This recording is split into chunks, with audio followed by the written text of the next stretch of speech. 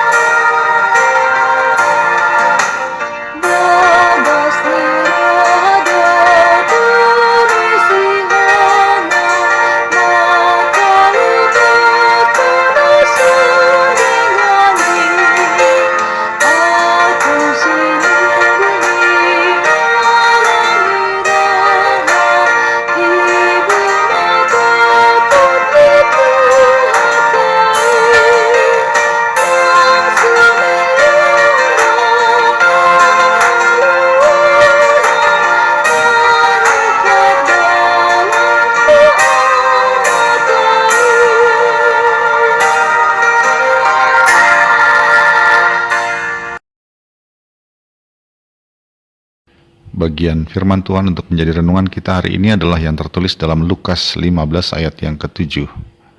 Aku berkata kepadamu, demikian juga akan ada sukacita di sorga karena satu orang berdosa yang bertobat, lebih daripada sukacita karena 99 orang benar yang tidak memerlukan pertobatan.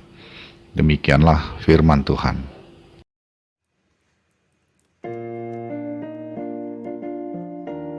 Sepasang suami istri setengah baya dikunjungi oleh anak-anak mereka, menantu dan cucu-cucunya di suatu sore menjelang malam Natal. Kedua orang itu begitu gembira menyambutnya. Namun, walau berusaha disembunyikan, ada kegetiran dalam hati mereka. Anak bungsu mereka sudah 10 tahun tidak juga mau datang. Pertengkaran hebat sang ayah dengan si bungsu menjadi penyebabnya. Hingga akhirnya di malam Natal itu, suara pintu diketuk terdengar. Kegembiraan suami istri itu pecah sedemikian rupa. Si bungsu pulang dan memohon maaf. Tak perlu menunggu lama, momen itu pun dirayakan. Pesta yang jauh lebih besar dibanding momen Natal di tahun-tahun sebelumnya dilakukan. Kegembiraan menyambut datangnya kembali si bungsu yang sudah lama dinantikan adalah alasannya. Kegetiran hati maupun kegembiraan besar dari pasangan suami istri dalam kisah di atas dapat mewakili hati Allah. Ia menanti-nantikan kembalinya orang berdosa kepadanya melalui pertobatan. Penantian itu kemudian diakhiri dengan pesta dan sukacita besar di sorga ketika si pendosa bertobat. Allah yang maha baik tidak menginginkan kematian pendosa, melainkan pertobatannya. Allah yang maha baik tak pernah menyimpan sakit hati karena dosa manusia. Semua berganti menjadi kerinduan akan pertobatan dan akhirnya bermuara pada sukacita besar ketika mereka yang telah menyakiti hati Allah bertobat dan kembali kepadanya. Sahabat Carpe Diem yang dikasihi Tuhan, Allah tidak memandang rendah terhadap kita orang berdosa. Hatinya tertuju kepada kita dan bergembira ketika kita bertobat. Maka marilah kita meninggalkan perbuatan dosa yang mengikat kita selama ini. Demikian juga marilah kita menjadi anak-anak Allah yang inklusif dan penerima dalam komunitas kita. Seperti sorga yang merayakan pertobatan seorang berdosa, kita juga diundang untuk mendukung, dan merayakan setiap individu yang berusaha untuk memperbaiki diri, tidak peduli seberapa besar atau kecil langkah perubahan yang mereka ambil. Amin.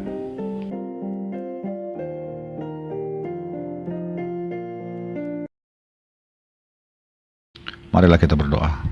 Terima kasih ya Allah untuk kebaikan-Mu menantikan dan menerima kami kembali orang berdosa dalam pertobatan.